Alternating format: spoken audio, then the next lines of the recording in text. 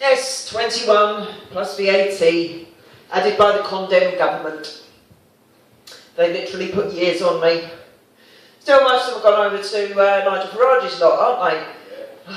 Wonder what Maggie would say if she was still alive. UKIP, if you want to.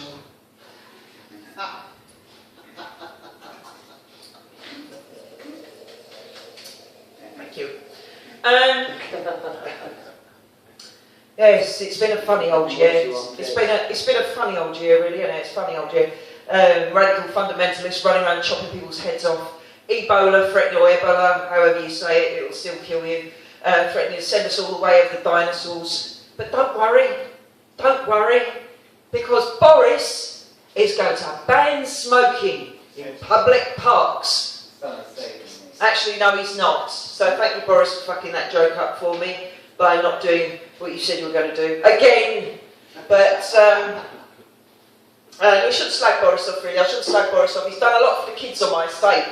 An awful lot for the kids on my estate. He's given each and every one of them a free bike. When they're done with them, they just dump them in the canal. So thank you, Boris.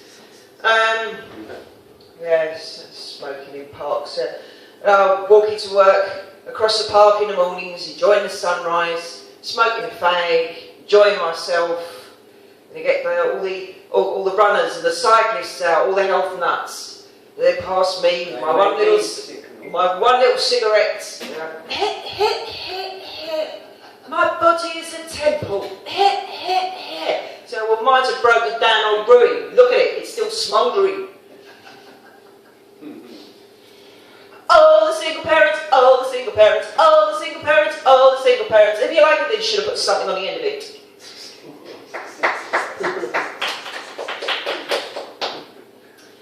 Yes, Beyonce remixed by Jeremy Clough. Also the reason I don't sing. I mean, in my head, I sound just like Kelly Clarkson.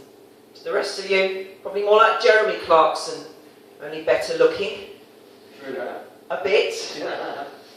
Well, at least I don't go around muttering racist remarks under my breath and cheating on my wife. Okay, every cloud. That's, was at an open mic the other night, in fact, with my fella. Yes, he's real as the unicorn he rides to work on. And, yeah, he normally does come with me to open mics, not tonight, because someone's got to pilot the vomit comet from Fenchurch Street. He's a train driver. He drives a train, I drive a van. We made a level crossings. Anyway, he was sat in the front row. He didn't want to sit in the front row, so he had the upper bad. He didn't want to sit in the front row, but there was nowhere else for him to sit.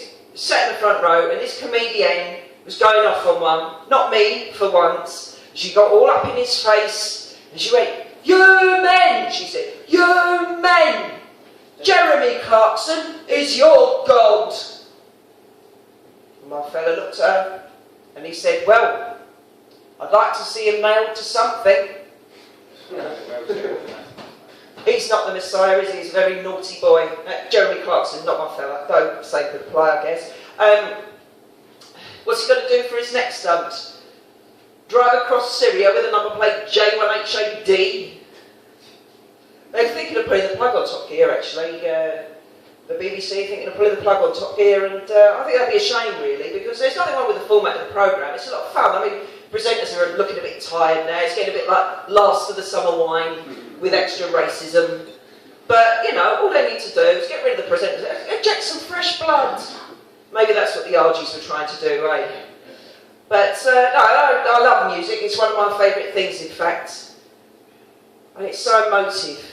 You know, you drive in your van, the radio turns up to volumes liable to cause sterility in most small mammals. And all of a sudden this track comes on. And you ain't heard it in years. And instantly it takes you right back to that time and that place in your life. You know you're getting old when a song you've always associated with youthful rebellion turns up as the backing track to a Sainsbury's ad.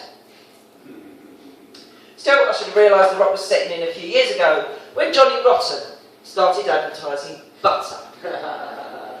God save the Queen, the fascist regime that made you a muffin. You farmer's wife. Not sold out at all, has he? Still, we all grow up, we get responsible jobs. I mean, look at Snoop Dogg. He's selling car insurance now. Ooh, Snoop Dogg won't insure me. Calm down, bitch. Wish Snoop Dogg would insure me, because I live in Hackney. Do anyone know Hackney? Mythical London? Yeah, we know Hackney. Yes, it's a dangerous place, Hackney. I'm scared to walk out the door, in case I get entangled in a hipster's beard. It's changed a lot, Hackney. Not the same as it was. It's all gentrified now. It's full of OYAs. What's the worst they're going to do to my car? Laugh at it, because it's so old. Not get eligible for classic car insurance.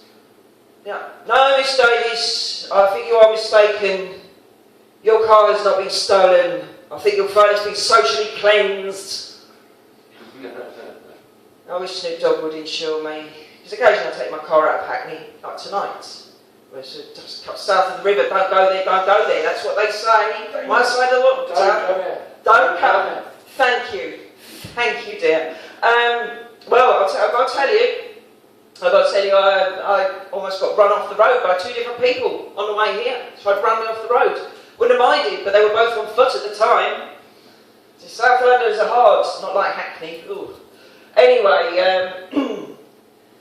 yes, Michael Jackson brought a new album out this year, didn't he? Yeah. We're all excited. No one's excited about that, really, are they? Apart from Ian Duncan Smith. Ian Duncan Smith, he's got his panties all up in a bunch about that. Him in his Department of Work and Pensions. So it's like a boy band right there. They'll be thinking for ways for ages and ages, how they can get all these nasty, nasty benefit claimants of the sick back into work. You've got to feel sorry for people on the front line, you know, the hard-pressed civil servants, their desks groaning under the weight of all these files. What's wrong with this one? Bad back. We can't prove that or disprove that, can we? How about this one? Depression. Is that even an illness?